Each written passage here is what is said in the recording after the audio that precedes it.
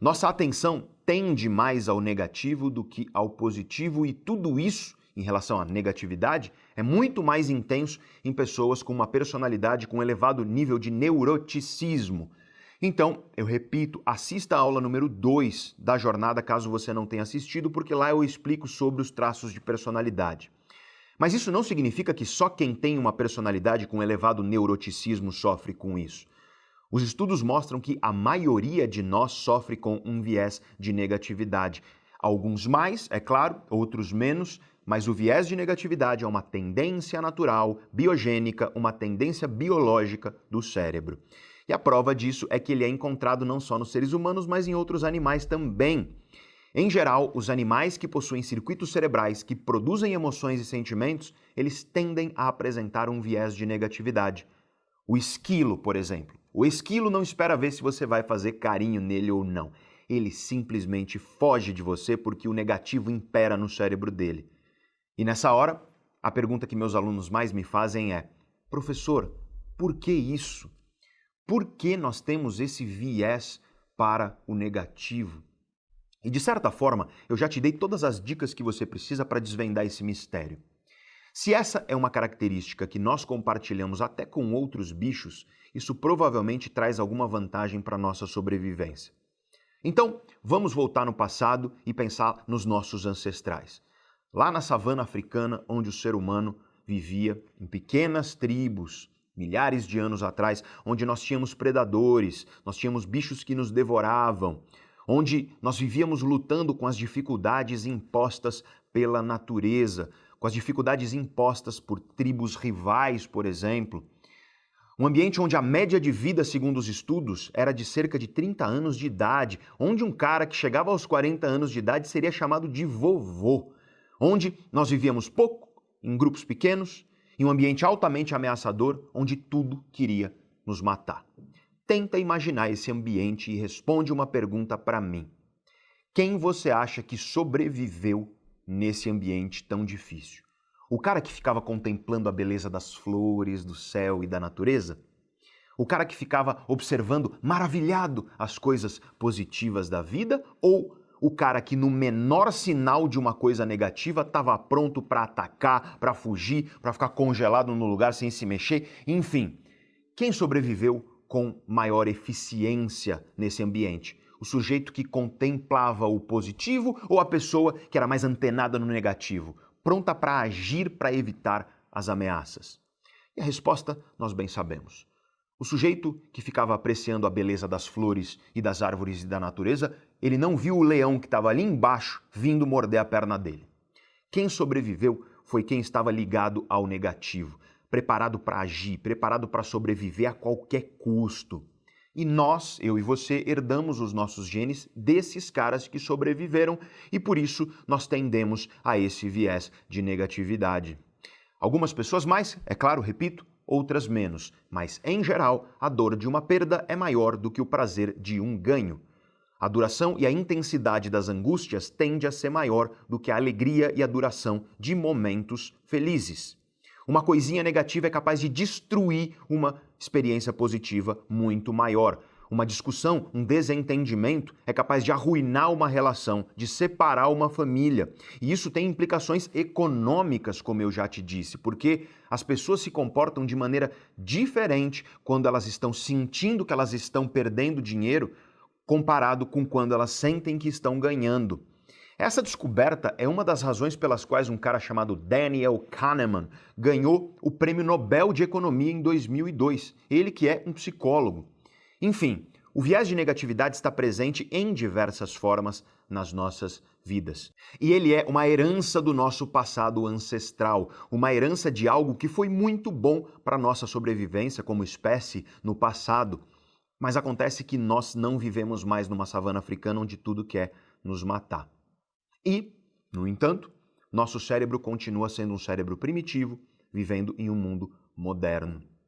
E uma das manifestações desse cérebro primitivo é o medo.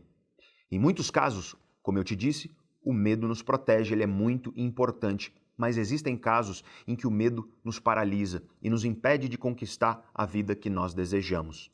E o medo de que as coisas não aconteçam como esperado é um perfeito exemplo desse medo paralisante que nos prejudica. E para te explicar isso, eu quero analisar friamente essa ideia. Para pensar junto comigo sobre isso. Ter medo de que as coisas não aconteçam como esperado. Veja que por trás dessa ideia existe uma outra ideia que está subentendida, que está presumida aí. É a ideia de que as coisas devem acontecer como nós planejamos. Afinal de contas, se nós temos medo de que as coisas ocorram diferentemente daquilo que nós planejamos ou esperamos, é porque nós esperamos e planejamos que as coisas aconteçam exatamente como nós queremos que elas aconteçam. E isso é simplesmente uma loucura, não faz sentido. Quem disse que as coisas têm que acontecer como você planeja? Quem foi que te disse isso? Quem disse que o mundo te deve as coisas tal como você quer que elas ocorram? De onde você tirou que as coisas têm que acontecer como você planeja ou como você espera? E eu te faço essas perguntas porque a vida me obrigou a encarar essas questões de frente desde muito jovem. Como eu já te disse em outros momentos da jornada, eu venho de uma família simples. A minha mãe é professora aposentada de escola pública. E eu cresci a maior parte da minha vida numa cidade chamada Guarujá, que fica no litoral do estado de São Paulo, aqui no Brasil. Desde muito pequeno, eu sempre me senti esquisito. Eu não me encaixava muito em lugar nenhum. Eu me sentia estranho, eu me sentia diferente, eu não sentia que eu pertencia a lugar nenhum. E por causa disso, tudo que eu mais queria era sair de lá. E não porque eu não gostava de lá. Não porque eu não gostava dos meus amigos, das pessoas de lá. Eu queria sair de lá porque eu queria encontrar um lugar onde eu me encaixasse, finalmente. Eu queria conhecer mais coisas, eu queria abrir a minha mente para novos horizontes, novos conhecimentos, novas possibilidades. E quem sabe, com isso, eu encontraria o meu lugar no mundo. Quando eu comecei a compreender a mente humana, eu descobri que isso é muito influenciado por um traço de personalidade chamado abertura. Eu não falei desse traço na nossa aula da jornada, nossa segunda aula sobre personalidade, mas esse meu desejo de expandir os horizontes da minha vida, do meu intelecto, ele era uma manifestação da abertura que a minha personalidade tinha. Mas, desde pequeno, sempre aparecia alguém para colocar o dedo da negatividade naquilo que eu queria. Quando eu falava que eu queria ir para São Paulo estudar, diziam que eu não deveria ser tão ambicioso assim, que era difícil, que era complicado, que era melhor eu ficar por lá mesmo, para eu não criar essas grandes ambições. E para vocês que estão aí em outros países, São Paulo é uma das maiores cidades do mundo, é a grande megalópole aqui do Brasil. São Paulo está para o Brasil mais ou menos como Nova York está para os Estados Unidos, talvez. Na época, eu morava em Guarujá, uma cidade que nessa época tinha seus cerca de 100 mil habitantes. E eu estava lá pensando em mudar para uma cidade de milhões. Isso era bastante assombroso, bastante ousado. E as pessoas diziam que eu não deveria ter esse tipo de ambição, porque a vida dar certo em São Paulo é algo muito difícil. E por causa da minha personalidade, eu te contei na aula passada sobre a minha personalidade, por causa disso eu quase cedi. Mas eu tive 3 pessoas que me encorajaram. A minha avó materna, a minha mãe e o meu tio, irmão da minha mãe. Todas as outras, inclusive o meu pai, faziam questão de me colocar para baixo. Mas graças ao encorajamento da minha avó, da minha mãe e do meu querido tio, eu resolvi tentar. Eu vim para São Paulo e olha, não foi nada fácil, foi bem difícil, foi bem complicado. Quem sabe um dia eu te conto esse período da minha vida. É um período de muitas lutas. Mas enfim, eu persisti, eu consegui prevalecer. E quando eu tinha meus 20 para 21 anos de idade, eu estava empregado, eu tinha um trabalho, trabalhando numa grande empresa multinacional, já tinha trabalhado em outra grande empresa, ou seja, eu estava construindo um bom currículo, ganhando muito bem para a minha idade, com ótimas perspectivas para o meu futuro. Mas acontece que eu estava infeliz. E não é que trabalhar em grandes empresas multinacionais é algo ruim em si mesmo, mas eu sentia que aquilo não era para mim. Eu queria estudar, eu queria aprender, eu queria adquirir conhecimento, e eu queria compartilhar conhecimento. Eu queria fazer o que a minha mãe fazia. Eu queria ser professor. Aí eu comecei a cogitar largar aquela carreira em grandes empresas para fazer mestrado e tentar me tornar professor. E aí, novamente, vieram os muitos olhares negativos para minha vida. Todo mundo me disse que eu estava doido, que eu estava maluco. Todo mundo me disse que eu ia morrer de fome, que professor não é trabalho. Sabe aquela pergunta que tem gente que infelizmente te faz? Você trabalha ou você dá aula? Essa foi a mentalidade que eu encontrei em todo mundo. Todo mundo me desencorajou e me disse que não daria certo. Todo mundo, menos minha avó materna, minha mãe e o irmão da minha mãe. E olha, foi bem difícil. Eu estava apavorado, morrendo de medo, porque finalmente eu estava num ponto onde eu estava ganhando bem, com uma carreira promissora. Eu morava em um apartamento que, hoje eu dou risada, mas era inesquecível. Quando chovia, eu tinha que espalhar panelas pela casa, porque alagava tudo. Era o último andar de um condomínio daqueles bem compridos de 3 andares, né? E aí, sempre que chovia, alagava a casa. Então, eu olhava a previsão do tempo e, dependendo do dia, eu já deixava as panelas já espalhadas, preparadas pela casa. Aliás, eu acho que essa era a minha sina, viu, dessa época, porque nessa época isso era meu karma. Nessa época eu dirigia um carro, um Ford Ka roxo, velho, tosco, o motor parecia uma escola de samba e o nome desse carro era Azeitona, o meu Ford Ka roxo. E curiosamente, quando chovia, também entrava água pelo para-brisa, pelo vidro da frente do Azeitona. Então, quando chovia, eu tinha que estacionar embaixo de uma árvore ou algo parecido, senão alagava o carro. Veja, minha sina.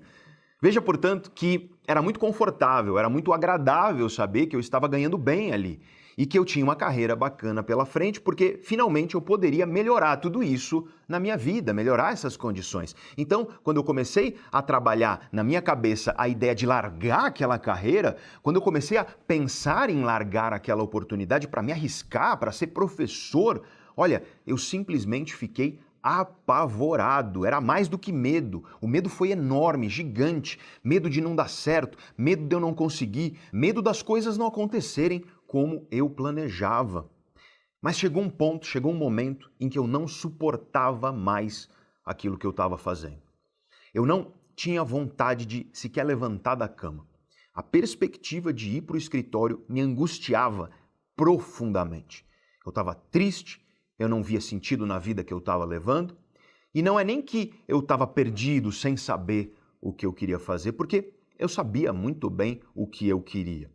Eu queria estudar, eu queria fazer o meu mestrado e seguir a carreira de professor. Eu passei meses com aquela angústia, aquele medo, mas chegou um momento em que eu não suportava mais. E aí eu larguei aquele emprego e eu fui lutar por aquilo que eu queria.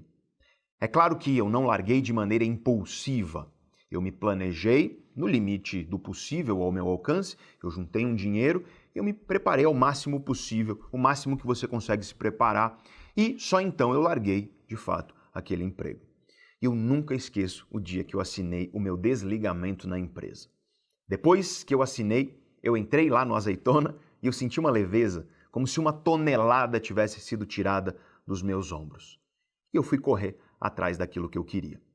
Tinha um mestrado coordenado por um professor que eu admirava muito, um cara chamado Clóvis de Barros Filho. Muitos de vocês conhecem e admiram o querido professor Clóvis. Hoje ele é meu amigo, meu querido amigo. Nós escrevemos um livro juntos e eu quero te contar a história de como eu conheci ele. Ele era coordenador desse mestrado e eu marquei uma reunião com ele. E aí, quando eu cheguei lá para falar com ele, eu contei a minha história. E ele derramou um balde de gelo em cima de mim. Ele falou assim para mim, ele virou para mim, olhou nos meus olhos e falou: olha, o que você está fazendo é um voo no escuro. Eu nunca esqueço dessas palavras dele, um voo no escuro. E aí ele continuou: você saiu de uma vida meio que garantida naquele trabalho para uma vida bastante incerta, então eu não posso te prometer nada. E aí, em seguida, ele disse: mas se você quer estudar e ser professor, aqui é o lugar certo para você. Porque é aqui que você vai aumentar suas chances de conseguir isso. Estuda muito para a prova do mestrado, porque não é fácil de entrar aqui. E nessa hora, O meu viés de negatividade veio gritando dentro de mim. Parecia que a minha mente, que as minhas emoções queriam fazer de tudo para olhar para a parte ruim do que o Clóvis me disse. O voo no escuro, a incerteza. Mas desde jovem eu aprendi a amansar o meu viés de negatividade. Desde jovem tinha gente olhando para mim e dizendo que o que eu queria não ia dar certo. Então eu aprendi a amansar essa negatividade. E para isso eu lembrava da minha avó, do meu tio, da minha mãe. Eu lembrava das pessoas que apostaram e confiaram em mim e acreditavam que eu conseguiria. E isso me trazia força para enfrentar qualquer coisa no meu caminho. E foi o que eu fiz. Eu encarei. Eu estudei feito louco, fiz a prova do mestrado e passei. E a primeira disciplina na qual eu me matriculei no mestrado foi a disciplina de ética, porque essa era a disciplina ministrada pelo professor Clóvis, e eu sabia que era uma disciplina de ética focada na filosofia, que era um campo que me encantava, um campo do conhecimento que me encantava muito. Eu estudo filosofia desde a adolescência. Naquela empresa que eu trabalhava e que eu tinha acabado de largar o emprego, eu geralmente ia almoçar sozinho. Não esquece do que eu disse na aula passada para você. Eu sou naturalmente um introvertido e os introvertidos preferem, muitas vezes, almoçar sozinhos no trabalho. Não é porque eles são antissociais, é porque eles são introvertidos. Eu ia almoçar sozinho lendo Platão, eu chegava em casa e estudava Spinoza. Eu tinha uma amiga, na época da faculdade, ela estudava filosofia na USP e ela me passava as listas de leitura e eu li praticamente tudo. Eu ia na biblioteca, eu alugava os livros e ia lendo aos poucos. Então, quando eu cheguei lá no mestrado, na disciplina do professor Clóvis, eu já tinha um bom conhecimento sobre filosofia. Nessa época não tinha YouTube, vídeo na internet ou coisa parecida. Eu aprendi na raça, indo na biblioteca, pegar os livros emprestados, sentando a bunda na cadeira e lendo. Lendo filosofia difícil, lendo 10, 20 vezes se fosse necessário até eu entender.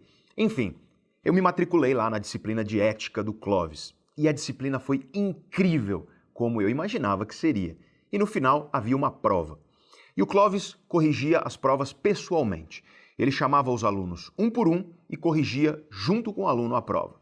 E no dia da correção da prova, eu esperei para ser o último, porque eu queria pedir para o Clóvis para ser monitor da disciplina dele na graduação. Ele dava aula no nível de graduação, que as pessoas costumam chamar de faculdade. Ele dava aula de filosofia e eu queria ser monitor dessa disciplina. Só para você entender, o monitor é um aluno de mestrado ou de doutorado que acompanha um professor, que ajuda na organização das aulas, na correção das provas e por aí vai. É uma espécie de estagiário de professor. E aí, eu esperei todo mundo receber a prova e fui lá sentar com o Clóvis para ele corrigir a minha. Era um finalzinho de tarde, o céu estava escuro e ele ficou em silêncio por vários minutos enquanto ele lia a minha prova. E aí, ele virou para mim, depois de um tempo, e perguntou: "Você é formado em filosofia?" Eu falei: "Não, mas eu estudo filosofia há bastante tempo e eu li praticamente todas as listas de leitura da filosofia da USP, porque eu tinha uma amiga lá e por aí vai." E aí ele disse: "A sua prova foi a melhor prova que eu já li. Eu vou te dar 10 porque 10 é a nota máxima, mas você merecia muito mais do que isso." E aí eu percebi que aquela era a oportunidade perfeita para pedir para ser monitor da disciplina dele. E foi isso que eu fiz. Eu virei para ele e eu falei: "Eu gosto muito do seu trabalho, professor, eu gosto muito de filosofia. Será que o senhor deixaria eu ser monitor da sua aula na graduação?" E aí o Clóvis me disse: "Não, você não vai ser meu monitor. Você vai dar aula junto comigo. Eu tenho 5 turmas de filosofia na graduação. Para cada 4 aulas que eu der, você vai dar uma aula." E nossa, eu fiquei muito feliz esse dia. Eu fiquei muito feliz. Eu não ganharia dinheiro nenhum com isso, mas isso não importava. Eu queria a experiência. Eu queria a experiência e o conhecimento. Mas eu nunca vou esquecer da primeira aula que eu dei na minha vida. Eu sou um introvertido e eu sempre fui um jovem muito tímido. Então foi apavorante ficar lá em pé na frente de 50 jovens, não muito mais novos do que eu. Eu suava, eu tremia, e esse foi o primeiro desafio que eu tive que aprender a enfrentar, vencer a minha timidez. E se você é tímido ou se você tem algum medo, eu te falo com tranquilidade, não tem outro jeito de você vencer esse medo. Você tem que se expor ao que te amedronta. Não em exagero, não precisa ser com tudo. Pode ser de maneira controlada aos pouquinhos, mas você tem que se expor. Isso é inevitável. Exposição controlada aos poucos é uma das melhores estratégias conhecidas pela ciência para mudar comportamentos de pessoas que têm medos, sejam eles quais forem. Eu sabia disso porque eu tinha estudado sobre isso, então eu coloquei a cara a tapa. E aí, no começo foi bem difícil, foi apavorante mesmo, como eu te disse. Mas a cada aula eu me esforçava para melhorar um pouquinho. E aos poucos eu fui vencendo esse desafio. Nessa época, o professor Clóvis começou a ganhar notoriedade, dando palestras pelo Brasil inteiro. Provavelmente nessa época você até conheceu ele. Por causa disso, ele começou a se ausentar das aulas da graduação e como ele viu que eu dava conta, não demorou muito para a coisa se inverter. Eu estava dando 4 aulas e ele 1. Repito, eu não ganhava dinheiro para isso, então eu tinha que trabalhar para pagar as minhas contas. E eu te confesso que essa foi uma das épocas mais difíceis financeiramente da minha vida. Eu dava aula de filosofia de manhã na graduação e de manhã também eu tinha aulas do mestrado que eu tinha que assistir. No período da tarde também tinha aulas para assistir do mestrado e eu tinha que estudar para o mestrado. E eu trabalhava à noite porque senão o dinheiro que eu tinha juntado ia acabar muito rápido. Foi uma época difícil. Mas foi a primeira vez na minha vida que eu estava fazendo algo que eu realmente amava fazer. Eu acordava às 6 da manhã, eu ia dormir meia-noite, eu vivia cansado, vivia exausto, mas eu estava, pela primeira vez na vida, verdadeiramente feliz. Eu adorava meus alunos, eu adorava compartilhar conhecimentos com eles. E eu sempre segui um conselho que a minha mãe me deu. A minha mãe dizia assim para mim. Ela olhava para mim e falava, filho, se você for fazer alguma coisa, faz com carinho, faz com dedicação, faz o teu melhor, seja lá no que for. Porque não existe justificativa para você, saudável, fazer qualquer coisa mal feita. Se você fizer com carinho, minha mãe me dizia, você vai crescer, as pessoas vão te admirar e você vai ver o brilho nos olhos das pessoas que te admiram. Mesmo se você está insatisfeito, mesmo se você não está motivado com aquilo que você está fazendo, minha mãe falava, mesmo assim, faz o teu melhor, porque você não tem o direito de descontar as tuas frustrações nas outras pessoas. Quando você faz mal feito alguma coisa porque você está insatisfeito ou frustrado, você está descontando a tua frustração, descontando a tua insatisfação nas pessoas que dependem do teu trabalho. E o nome disso é egoísmo. E aí, a minha mãe costumava terminar com uma frase que eu carrego e eu vou carregar para sempre comigo no meu peito. Filho, o mundo não te deve nada. O mundo não nos deve nada. Aquilo que nós temos e aquilo que nós somos é resultado de como nós escolhemos viver. Vai ter gente sacana no caminho, vai ter gente passando a perna, vai ter injustiça, vai ter inveja, vai ter um monte de problema. Mas você não controla nada disso. Você controla o que você faz e como você vive. Então, é nisso que você tem que focar. A minha mãe não sabia, mas ela é uma praticante do estoicismo, a grande escola de filosofia que muitos de vocês conhecem. E lá, dando aula de filosofia, mesmo sem ganhar dinheiro nenhum, eu estava muito feliz. Eu estava ganhando experiência, conhecimento, era incrível. E desde a minha primeira aula até hoje, eu adoto essa postura, eu sigo o que minha mãe me disse. Toda aula que eu dou, toda palestra que eu dou, todo vídeo que eu gravo, toda live que eu faço, toda vez que eu faço o que eu tenho que fazer e também o que eu escolho fazer, eu me esforço para ser um pouquinho melhor do que na vez anterior. Eu me esforço para entender onde eu posso melhorar, o que eu posso fazer de melhor, que seja 0,001% melhor, eu me esforço sempre para melhorar. É isso que eu sempre fiz e é o que eu faço até hoje, graças à minha mãe, graças à sabedoria dela. E eu amava dar aquelas aulas de filosofia. Mas a vida não é sempre um mar de rosas. As coisas quase nunca acontecem como nós esperamos. Nesse período, eu comecei a tentar enviar meu currículo para outras faculdades para tentar um emprego como professor que me desse algum dinheiro. E a cada tentativa, eu era rejeitado. Eu enviei meu currículo para umas 50 faculdades diferentes, até em outras cidades, e nenhuma sequer retornou as minhas ligações. O dinheiro que eu tinha juntado não estava dando conta das minhas despesas e o meu trabalho à noite não era suficiente. Eu comecei a fazer as contas e eu vi que talvez eu não conseguisse terminar o mestrado por falta de dinheiro. Eu contei tudo isso para um grande amigo meu que trabalhava numa grande empresa multinacional. Ele, inclusive, trabalhou junto comigo em uma das empresas pelas quais eu passei. E ele me disse: "Olha, Pedro, eu acabei de ser contratado por outra empresa. Eu estou deixando o meu cargo na minha empresa atual e eu preciso indicar alguém ou abrir um processo seletivo para contratar alguém novo. Se você quiser, eu te indico, mas você precisa se comprometer comigo. Se você realmente quer voltar a trabalhar nas empresas, eu te indico, se você quer trabalhar em empresas grandes novamente. Mas se você acha que no meio do caminho você pode desistir ou largar o cargo em pouco tempo ou coisa parecida, isso pode me prejudicar, queimar meu filme na empresa. E eu quero sair de lá com portas abertas, porque a minha saída foi amigável e muito tranquila." Ou seja, ele queria que eu me comprometesse que, se ele me indicasse, eu ficaria lá trabalhando em uma grande empresa novamente. Se eu tivesse alguma dúvida, melhor não me indicar, porque isso poderia prejudicar a imagem dele. A imagem dele agora que ele estava saindo da empresa. E aí começou um dos períodos mais difíceis da minha vida. De um lado, eu amava o que eu fazia, mas eu não tinha dinheiro para manter aquilo.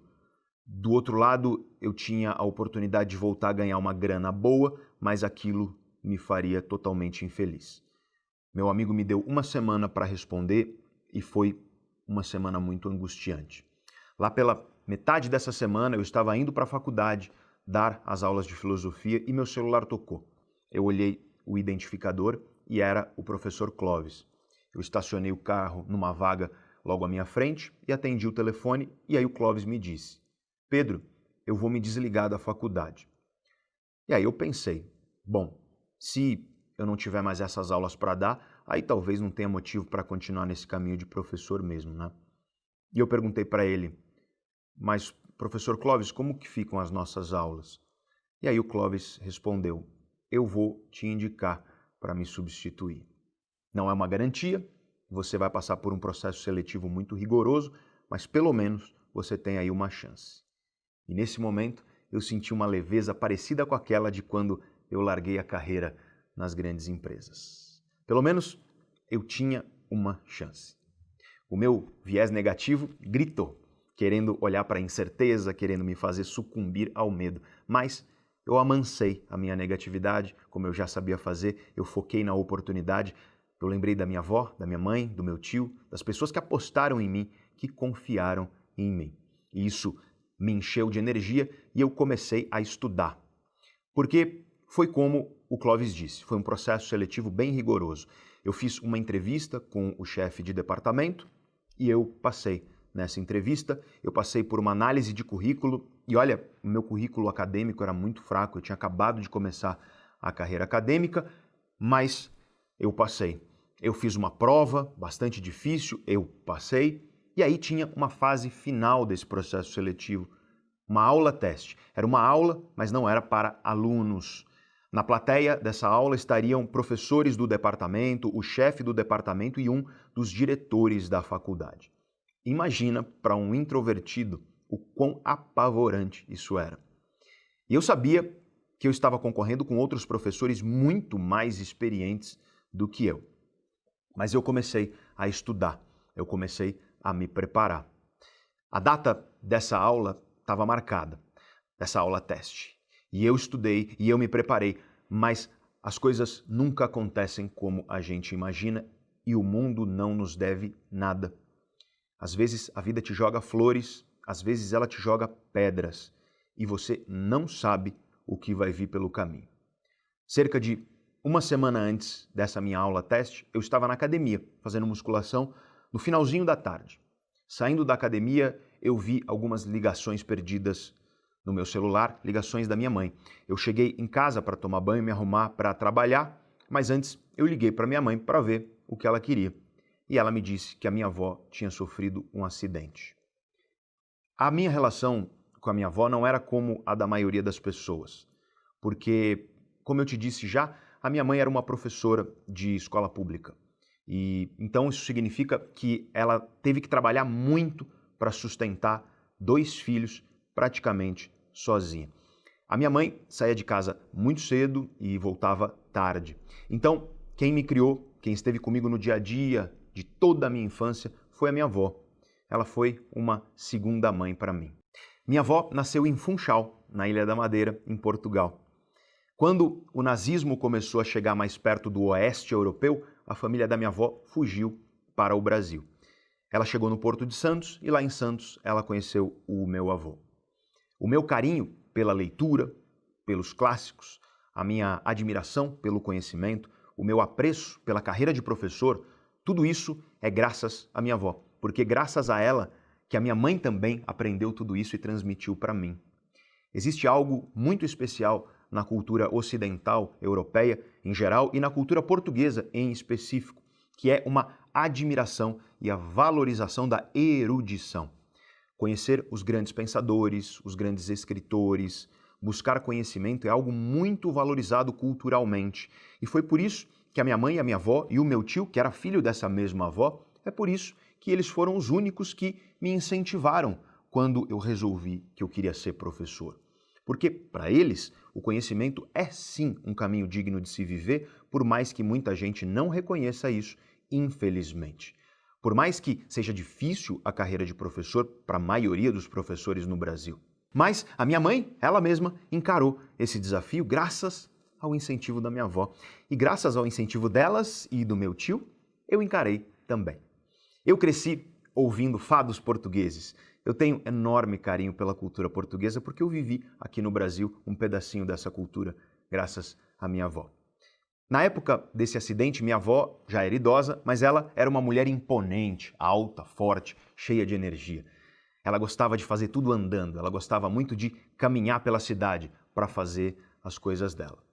E um dia, no ano de 2007, ela saiu, como sempre saía, para fazer compras. E nesse dia ela foi atropelada por um motoqueiro que estava fazendo uma manobra ilegal na rua.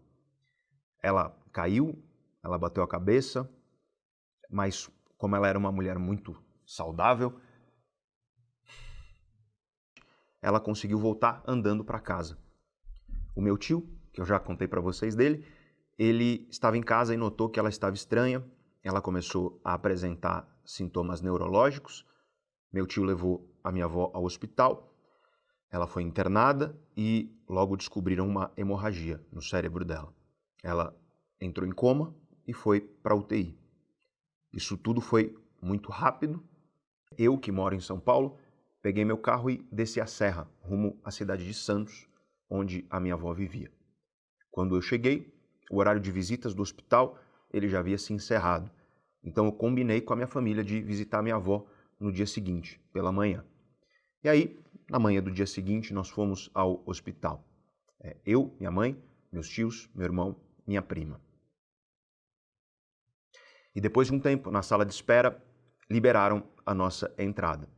Em vez de pegar o elevador, nós subimos pelas escadas e em um dos lances de escada nós encontramos a médica que estava cuidando do caso da minha avó. A minha mãe disse à médica que nós estávamos lá para visitar a minha avó. E foi nesse momento que a médica disse que durante a madrugada a minha avó faleceu.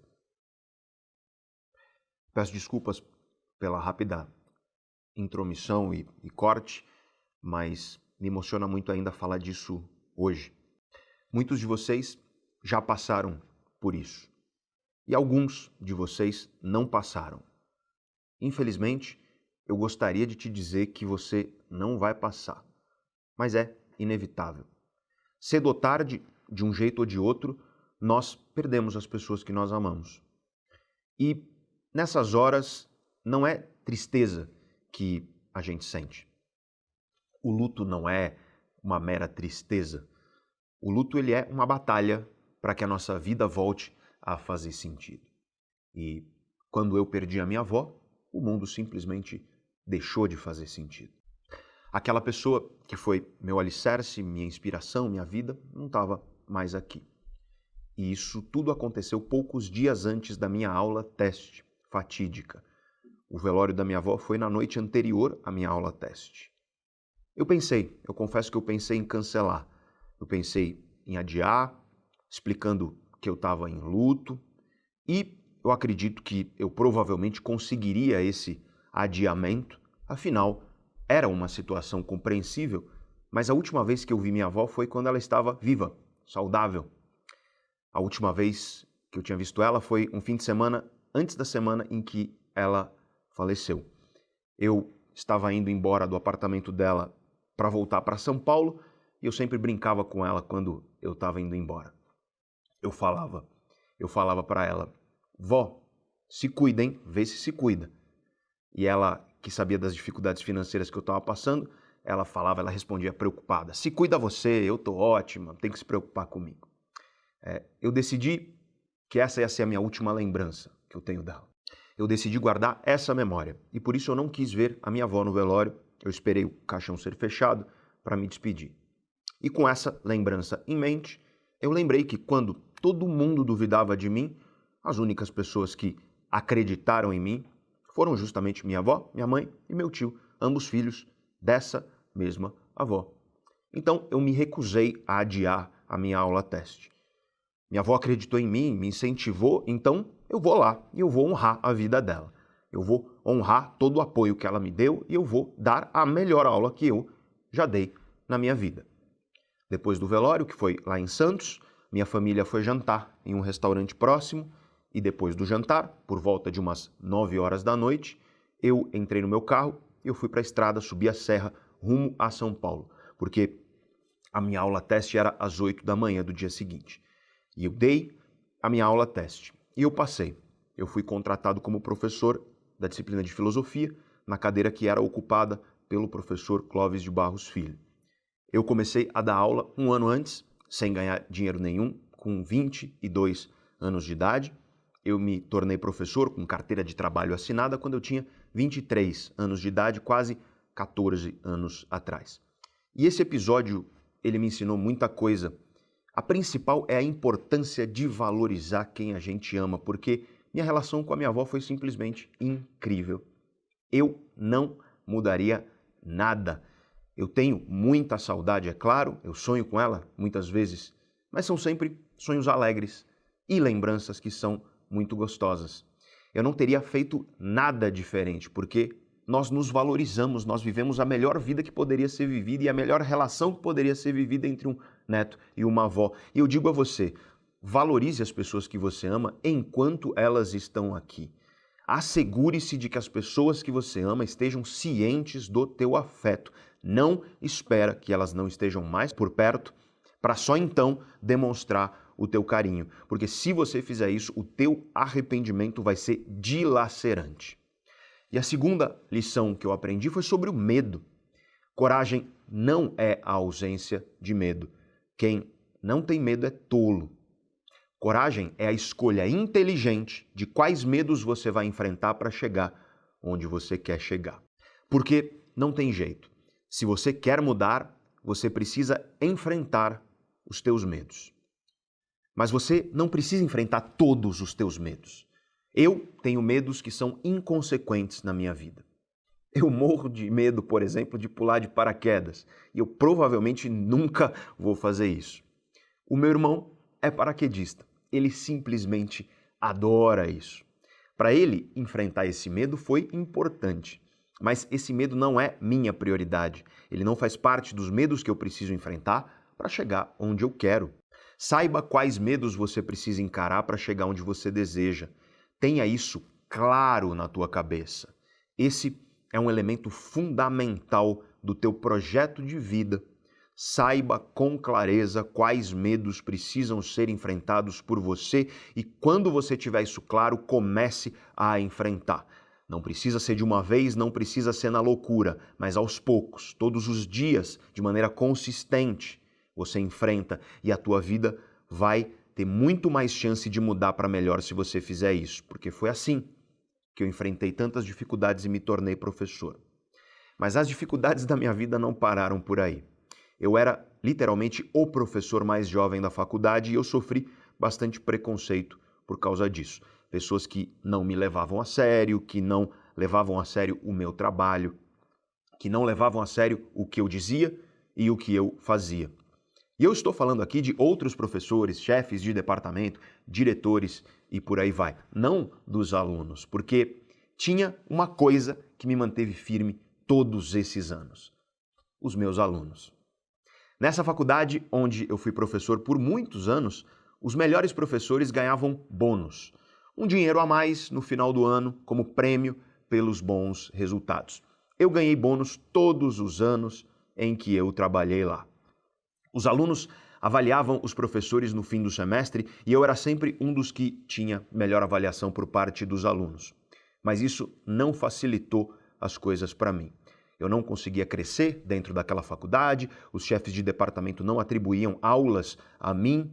Eu fiquei muitos anos dando aula para as mesmas 5 turmas, cheguei a ganhar algumas mais, mas eu cheguei a perder da noite para o dia metade das minhas turmas porque o chefe de departamento simplesmente não ia com a minha cara. Meu salário caiu pela metade da noite para o dia, mesmo eu sendo um dos melhores professores, segundo as métricas da própria faculdade. Eu passei por momentos de dificuldade financeira, eu morei de favor na casa de uma ex-namorada, porque eu estava cansado de morar naquele apartamento que alagava toda vez que chovia, eu ainda morava nele. No ano de 2010, eu resolvi começar a trazer conhecimentos das neurociências para as pessoas que não são do campo das neurociências, que não são da área. Eu criei uma disciplina de neurociência aplicada e logo me chamaram para dar aula no nível de pós-graduação e MBA. Aos poucos, aí o meu trabalho começou a ser reconhecido. Eu fui chamado para ser professor da Casa do Saber, que foi um enorme prestígio, porque lá só dão aula professores realmente excelentes. E eu resolvi criar uma empresa para oferecer serviços de educação, pesquisa e consultoria focados em mudança de comportamento, e foi aí que eu criei a Neurovox. E o primeiro endereço da Neurovox não era meu, era da casa dessa minha ex-namorada, que me ajudou muito, inclusive cedendo o imóvel dela para eu criar a empresa. Até muito pouco tempo atrás, aliás, nas notas fiscais da Neurovox ainda constava esse endereço. Eu mantive isso porque me lembrava das minhas origens. E eu só troquei este ano, em 2020, o endereço das notas fiscais, porque não dava mais. Em 2015, a Neurovox já andava relativamente bem, apesar de ainda ser pequena. Eu já tinha certo reconhecimento, Brasil afora, eu já dava muitas palestras, já era chamado para dar aulas em outras faculdades e por aí vai. Mas eu continuava lá, naquela mesma faculdade, como professor, naquela cadeira que antes de mim havia sido ocupada pelo professor Clóvis. Aquela tinha sido minha origem, eu adorava meus alunos, eu adorava ser professor lá. Mas as coisas quase sempre não acontecem como a gente espera e o mundo não nos deve nada. A vida te joga flores, a vida te joga pedras e às vezes a vida te joga os dois. Em 2015, devido a algumas resoluções do Ministério da Educação e da Cultura no Brasil, o MEC, a direção da faculdade resolveu alterar a grade de disciplina dos cursos. Aquela disciplina de filosofia que eu ministrava foi mudando junto comigo ao longo dos anos. Depois de um tempo, eu transformei essa disciplina em outra, chamada Fronteiras do Comportamento. Mas a direção resolveu eliminar disciplinas humanísticas, disciplinas relacionadas às reflexões sobre o ser humano e focar em disciplinas mais ferramentais, tais como finanças, gestão disso e daquilo e por aí vai. Do dia para a noite, todas as disciplinas que eu ministrava foram cortadas da grade da faculdade. Eu era um dos melhores professores segundo as avaliações da própria faculdade, mas ainda assim não tinha o que fazer. Eu fui desligado. Esse episódio, e na verdade todo o meu período nessa faculdade, me mostrou uma lição sobre a vida e me reiterou a lição que eu quero trazer e já estou trazendo aqui para você. O mundo não nos deve nada. E não importa quão bom você é naquilo que você faz, o mundo não nos deve nada. Não importa quão bem você faz o que você faz, a vida pode te surpreender. Pode aparecer no teu caminho uma pedra, você pode tropeçar, cair e se machucar bastante, mesmo sendo bom, mesmo estando bem. E aí, nessa exata mesma época, eu estava num relacionamento com uma menina, eu era perdidamente apaixonado por ela e ela terminou comigo. Eu levei um pé na bunda logo depois de perder o meu emprego. Eu rapidamente consegui outro emprego como professor para criar a disciplina de neurociências em uma outra respeitada faculdade. Não ia fazer muita diferença financeiramente para mim aquelas aulas que eu não daria mais, mas, apesar disso, essas duas experiências, perder aquele emprego e o término do relacionamento, essas duas experiências me destruíram, me abalaram profundamente. Foi fundo do poço mesmo. Olha, eu digo a vocês com tranquilidade, eu sempre fui um bom professor porque eu sempre me esforcei para dar as melhores aulas para os meus alunos, sempre menos em 2016. Em 2016, minha vida desmoronou. A vida parou de fazer sentido. Eu ia dar aula sem nenhuma energia e muitas vezes eu nem conseguia ir dar aula. Aqui existe uma lição importante sobre aquilo que a psicologia chama de construtos pessoais. Você tem um sistema de crenças que sustenta a tua identidade. Todos nós temos um sistema de crenças que sustenta as nossas identidades. E a minha identidade tinha um sistema de crenças. E um dos principais elementos desse sistema era aquela cadeira de professor que eu ocupava. Porque eu lutei muito, eu passei por muitas dificuldades para conquistar aquela cadeira. E aí, aquilo fazia parte de mim, aquilo era um dos alicerces de quem eu era. Eu era o professor Pedro Calabres, que os alunos chamavam de Calabres. Eu era o professor daquela faculdade, daquela disciplina que eu mesmo criei com tanto carinho. Aquilo me definia, aquilo era um importante construto pessoal. Aquilo era um elemento importante do sistema de crenças que sustentava a minha identidade como ser humano e do dia para a noite aquilo deixou de existir. Não porque eu era incompetente, não porque eu fiz algo errado. Totalmente fora do meu controle, por razões que escapavam totalmente ao meu controle.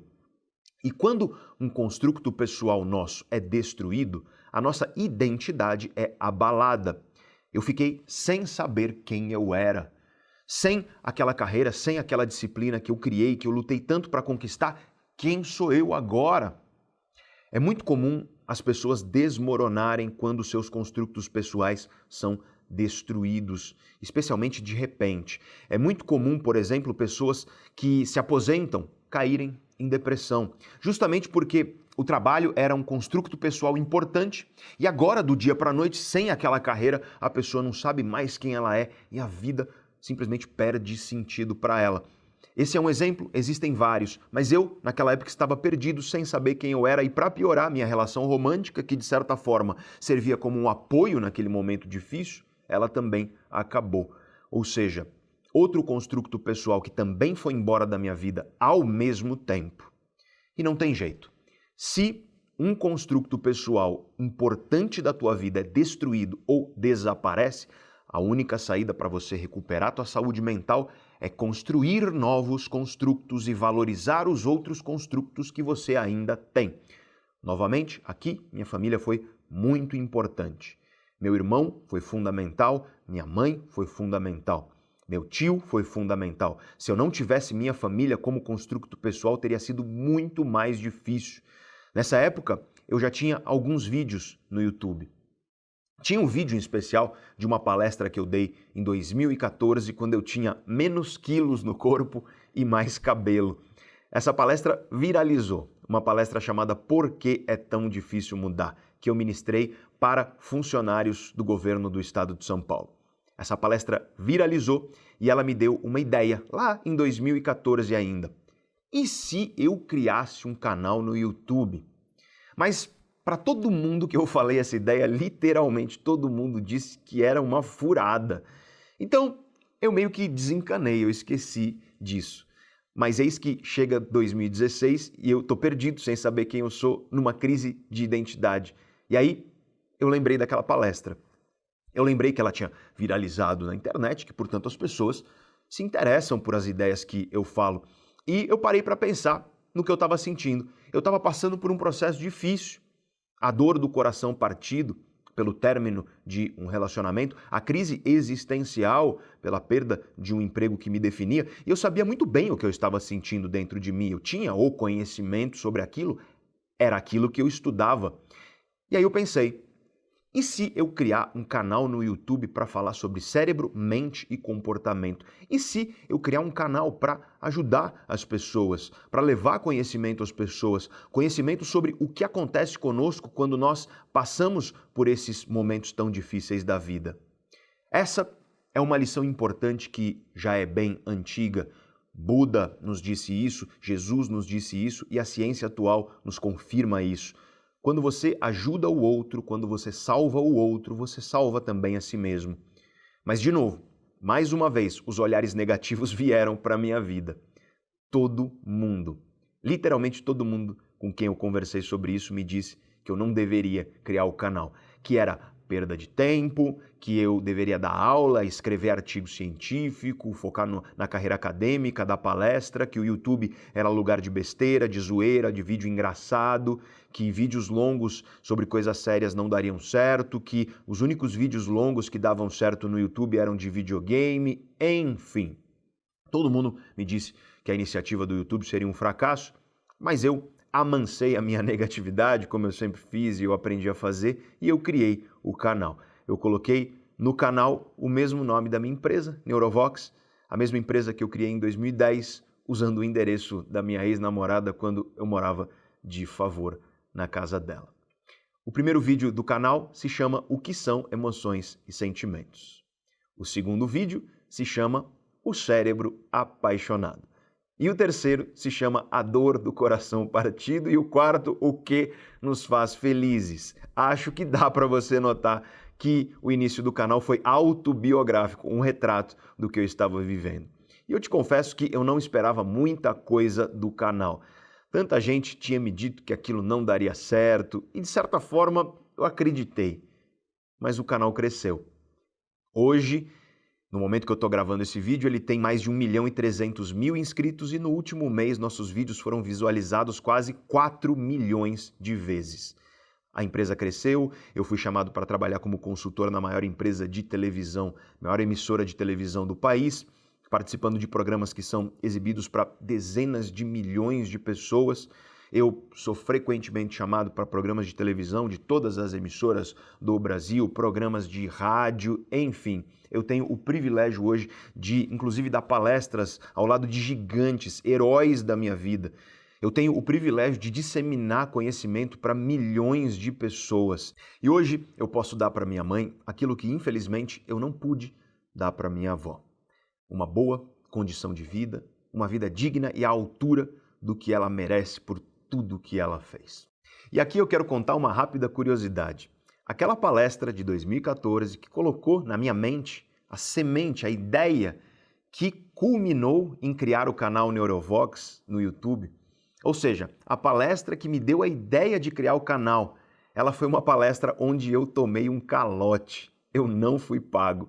Eu fui lá, eu trabalhei, a gente tinha um contrato, mas eu não fui pago. Então veja a contradição e veja a ironia também da vida. Graças a uma palestra onde eu tomei um calote, eu tive a ideia de criar o canal, que hoje é uma das iniciativas mais importantes da minha vida. Então não ache que as dificuldades acabaram e não ache que os olhares negativos sumiram da minha vida.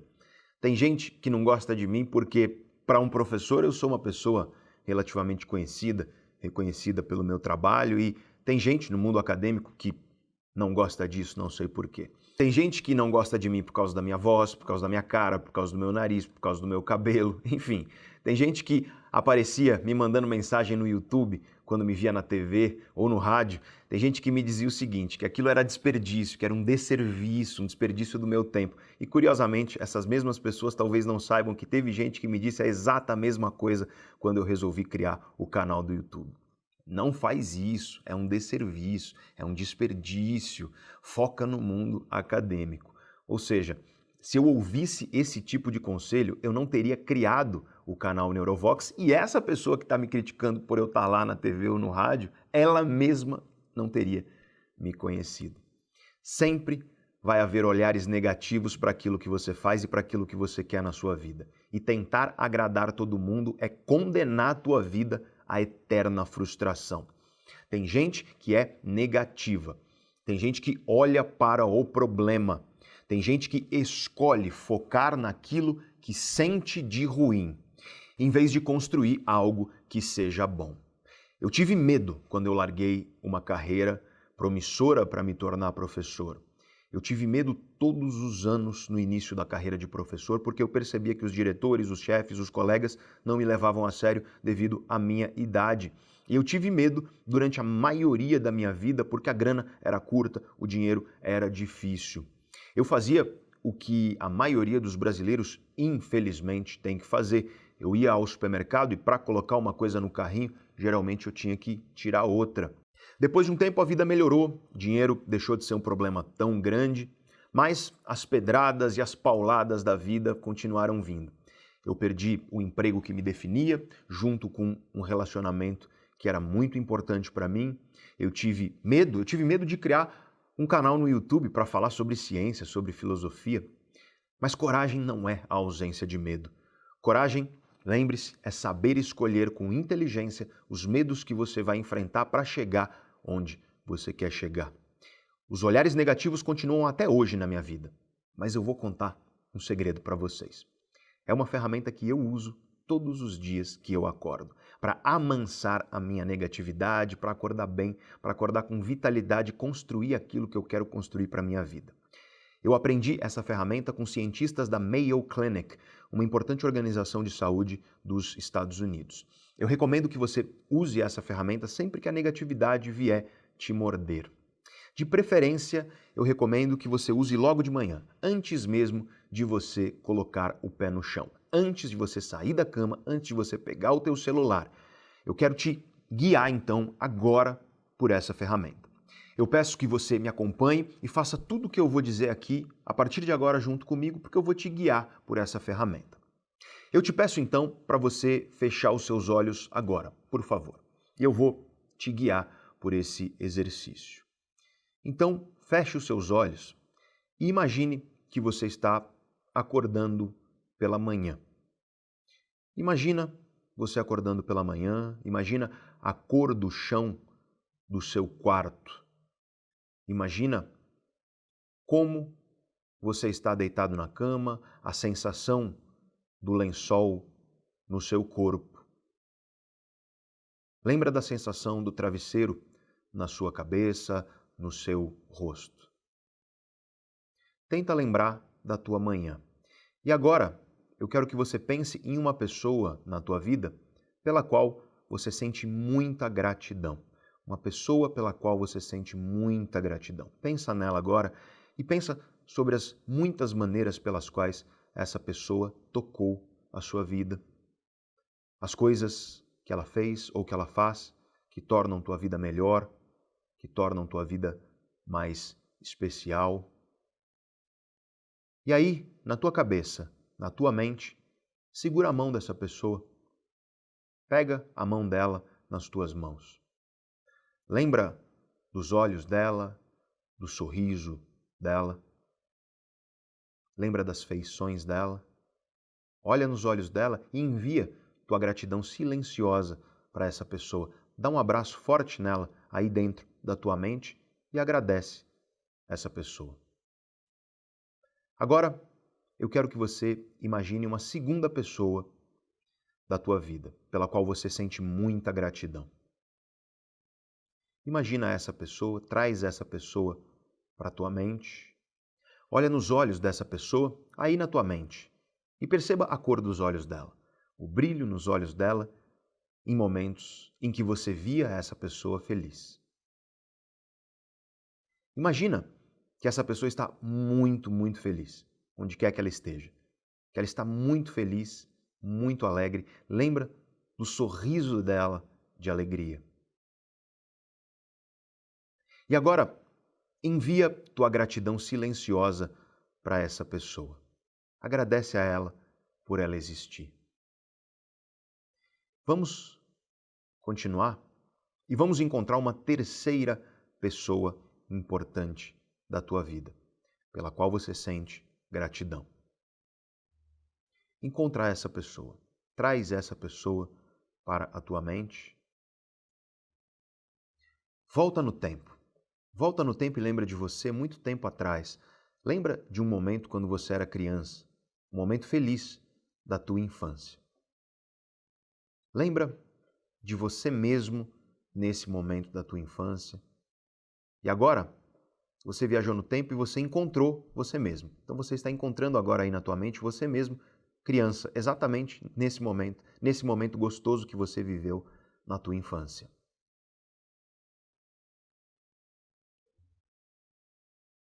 Imagina tudo que essa criança viveu, tudo que ela aprendeu, as dores que ela enfrentou, as dificuldades que ela superou para se tornar você. Essa criança que teve que superar tanto para se tornar você. Lembra de como era seu cabelo nessa época, quando você era criança? Olha para essa criança com orgulho que ela merece, orgulho por ela ter se tornado você.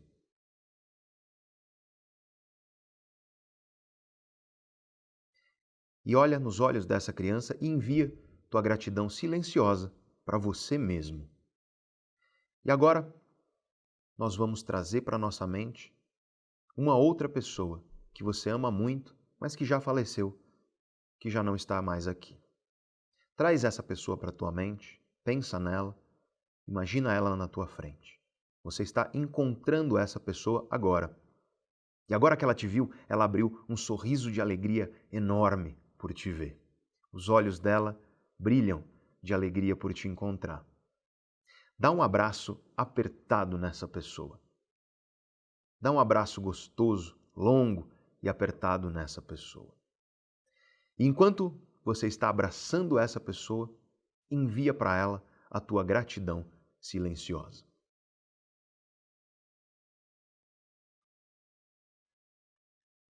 E quando você estiver pronto, pode abrir os seus olhos e vamos voltar para a nossa aula de hoje. Eu gostaria que você usasse essa ferramenta toda manhã, sempre que você acordar. Você fica alguns minutinhos na tua cama e você pratica esse exercício antes de levantar. Encontra 2, 3, 4, até 5 pessoas pelas quais você é grato, você é grata. Isso pode incluir pessoas que não estão mais aqui. Isso deve incluir você mesmo ou você mesma no passado.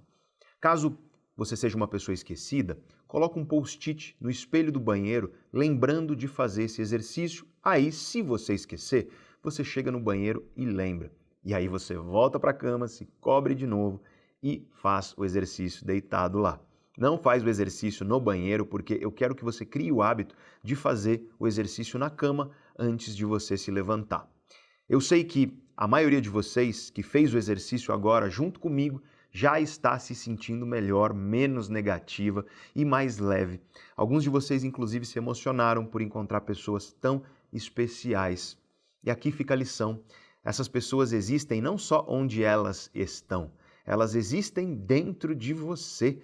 Mas acontece que na correria do dia a dia, nós paramos de celebrar a existência dessas pessoas dentro de nós. E esse exercício foi desenvolvido por cientistas da saúde de um dos centros mais importantes de saúde do mundo, que é a Mayo Clinic. E eu te recomendo porque ele funciona comprovadamente. Ele obriga teu cérebro a lembrar e a valorizar um dos nossos maiores tesouros, as pessoas que acreditam em nós.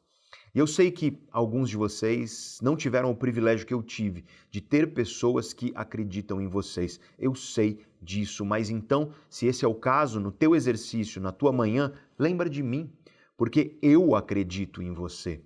Tudo que eu enfrentei, todas as dores e dificuldades que eu superei para me tornar quem eu sou hoje, o professor que eu sou hoje, todos os olhares negativos das pessoas que diziam que meus sonhos não dariam certo, Tudo que eu enfrentei foi porque eu acredito no poder que o conhecimento tem de transformar efetivamente a vida das pessoas. Foi por acreditar que você pode sim mudar a tua vida e que o conhecimento é a melhor arma que você tem para isso. Foi por acreditar nisso que eu cheguei aqui. Então, se você não tiver ninguém na tua manhã, lembra de mim. E eu vou ficar muito feliz por saber que eu estou aí, dentro da sua mente, te dando um abraço e te encorajando a viver um dia melhor.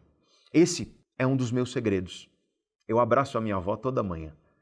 Eu abraço a minha mãe, o meu irmão, o meu tio, inclusive o meu pai, que não acreditava muito que os meus sonhos dariam certo, mas que hoje ele admite que errou. Recentemente, o meu pai disse assim para mim: "Filho, você se fez sozinho." Essas foram as palavras dele. Eu recebi com muito carinho o que ele disse, mas não é verdade. Sim, eu vim sozinho para São Paulo, eu vivi sozinho aqui para construir a minha vida, mas eu nunca estive sozinho, porque mesmo quando eu estava solitário, eu tinha e tenho as pessoas que confiam e que apostam em mim. A minha mãe, o meu irmão, o meu tio, a minha avó. E eu sempre tive os meus alunos. Sempre. Foram meus alunos que me impediram de desistir.